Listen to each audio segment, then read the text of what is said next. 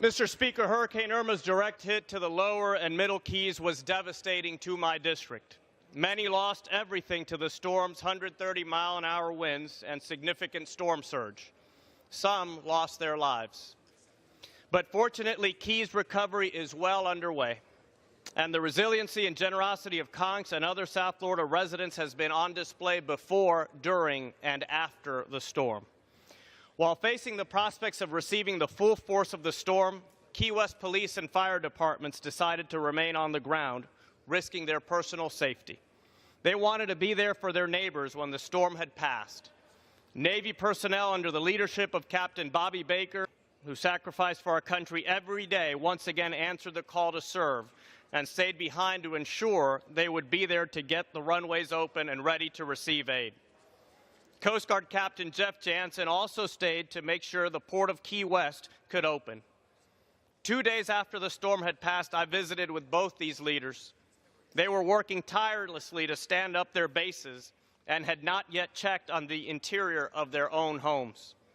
Monroe County Sheriff Rick Ramsey rode out the storm at the Marathon Shelter because he felt it was his responsibility to be there to protect his community. Officials from local municipalities, from the city of Key West to Ocean Reef, have been working around the clock with their teams to get utilities up and running, roads cleared, and government offices operational. I'm grateful to our first responders and all the public officials and employees who have been working hard to serve the people of the Florida Keys. I also want to thank my office's Florida Keys Director, Nicole Rapanos, who has dedicated long hours to assist our constituents and her neighbors in the Keys so that they can get the resources they need. I'm grateful for her dedication to her neighbors and proud to have her on my staff. Community organizations are also playing an instrumental role in Keys recovery. Nonprofit groups like Star of the Sea Outreach, Rotary Club of Key West, and the Florida Keys Outreach Center, just to name a few, have been volunteering their time, coordinating donations, and serving direct relief to the community. Private companies and small businesses have also stepped up to help. Robert Spotswood, whose family owns the Marriott Bayside, opened up the hotel to first responders, Navy personnel, and others who chose to ride out the storm. Baby's Coffee, which was left with its own damage from the storm, providing their entire stock to residents of Key West, along with hot meals and coffee. Icon Builders and UDT have brought supplies to the food banks and donation distribution centers.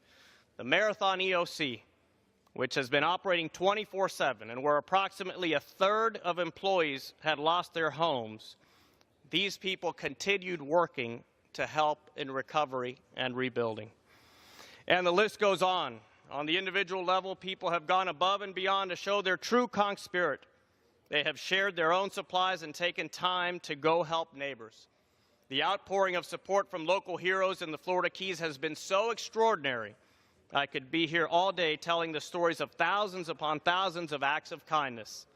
This powerful sense of community and humanity is one of the many reasons I'm proud to represent these local heroes. Mr. Speaker, clearly Keys recovery is well underway. Tourism will be opening up again next week, nearly 3 weeks earlier than anticipated. I have no doubt continued recovery efforts will make the Florida Keys an even greater, one-of-its-kind paradise Americans from across the country and people from all over the world have come to love.